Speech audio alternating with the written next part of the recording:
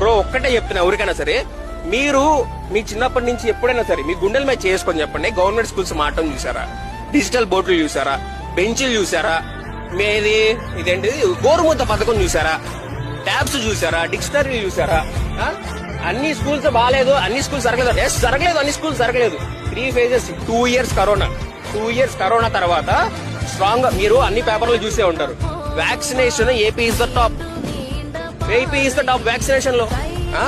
2 years corona తర్వాత కోలుకొని 2022 academic year 2022 నుంచి 2023 వరకు సిబిఎస్ఈ సిలబస్ రన్ చేశాడు. చూపించేదన్న స్కూల్ నాకు తెలంగాణలో చూపి, తెలంగాణలో ఏం రన్ అవుతుంది? స్టేట్ సిలబసే కదా.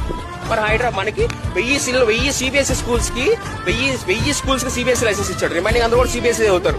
కాబట్టి సెంట్రల్ గవర్నమెంట్ 1000 స్కూల్స్ కి ఇచ్చింది. అర్థమైందా? సిబిఎస్ఈ ఎందుకు పనిచేశారు? ఈ గవర్నమెంట్ సిబిఎస్ఈ ఎందుకు పనిచేశారు? ఇప్పుడు నేను చదివించుకోలేనప్పా, నేను నా పిల్లలు